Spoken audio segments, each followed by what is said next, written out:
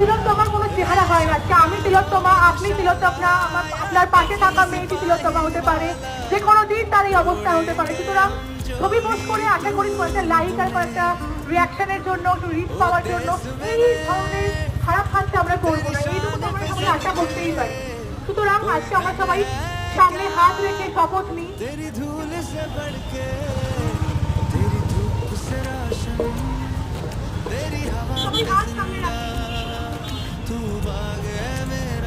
আমাদের পাড়ায় গলিতে শহরে যত তিলোত্তমারা রয়েছেন তাদের জন্য, যে তিলোত্তমা আজ আমাদের মধ্যে নেই তার জন্য, তার যারা অপরাধী তাদের দৃষ্টান্তমূলক শাস্তির দাবিতে, যতক্ষণ না তাদের দৃষ্টান্তমূলক শাস্তি হচ্ছে এবং যারা এই দোষকে ঢাকার চেষ্টা করছে তাদের শাস্তি হচ্ছে, ততক্ষণ আমরা লড়াইয়ে থাকবো।